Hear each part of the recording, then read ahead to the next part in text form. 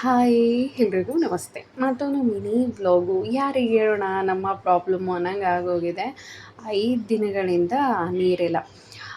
Main city ಒಳಗಡೆ ಹೋಗುವಂಥ ಪೈಪೇ ಕಟ್ಟಾಗಿ ಹೋಗಿದೆ. ಹಾಗಾಗಿ ನಾಳೆ ಅಂತ ಹೇಳ್ಬಿಟ್ಟು 5 ದಿನ ಆಗೋಯಿತು. ದಿನಾ ಕ್ಯಾನ್ ತೊಗೊಂಬಂದೆ ನೀರನ್ನ ಬಳಸ್ತಿದ್ದೀವಿ. ನಿಜವಾಗ್ಲೂ ಬೆಳಗ್ಗೆ ಬೇಗ ಎದ್ದು ಎಷ್ಟೊಂದು ಕೆಲಸಗಳೆಲ್ಲ ಮಾಡಿಕೊಂಡು ಆ ಥರ ವೀಡಿಯೋನೇ ಅಪ್ಲೋಡ್ ಮಾಡಿರ್ತೀನಿ. ಈ ವರ್ಸ್ಟ್ 5 ದಿನಗಳು ನಮ್ಮಮ್ಮನ ಮನೆಯೇ ನೆನಪು ಮಾಡಿಬಿಡ್ತು. ನಾವು ಚಿಕ್ಕವರಿರ್ಬೇಕಾದ್ರೆ ಎಷ್ಟೊಂದು ನೀರಿನ ಸಮಸ್ಯೆ ಅಂದರೆ ರಾತ್ರಿ ಇಡೀ ನೀರು ತರಬೇಕಿತ್ತು.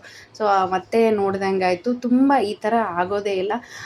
ಏನೋ ಗೊತ್ತಿಲ್ಲ ಆಗೋಯಿತು. ಸೊ ನಾವು ಒಡೆದಿದೆ ಅಂದ ತಕ್ಷಣವೇ ಒಂದು ಟ್ಯಾಂಕ್ ತರಿಸಿ ಹಾಕ್ಕೊಂಬಿಟ್ಟಿದ್ರೆ ಚೆನ್ನಾಗಿರ್ತಿತ್ತು. Geyser, washing machine, purify of ಆಗಿ 5 ದಿನಗಳಾಗೋಯಿತು. ಮಕ್ಕಳು ಕೂಡ ಯಾವಾಗ ನೀರು ಬರುತ್ತೆ ಅಂತ ಕೇಳ್ತಿದ್ರು. ಇನ್ನು ಮನೆ ಅಂತೂ ಕೇಳೋಂಗೆ ಇಲ್ಲ. ಅದು ಕ್ಲೀನ್ ಅಂತ ಅನ್ನಿಸ್ತಾನೇ ಇರಲಿಲ್ಲ. ಸೊ ಇವತ್ತಾದರೂ ಟ್ಯಾಂಕ್ನ ತರಿಸೋಣ ಅಂತ ಅಂದ್ಕೊಂಡಿದ್ದೀವಿ. ಪ್ರತಿದಿನ ಒಂದೊಂದು ಬರುತ್ತೆ.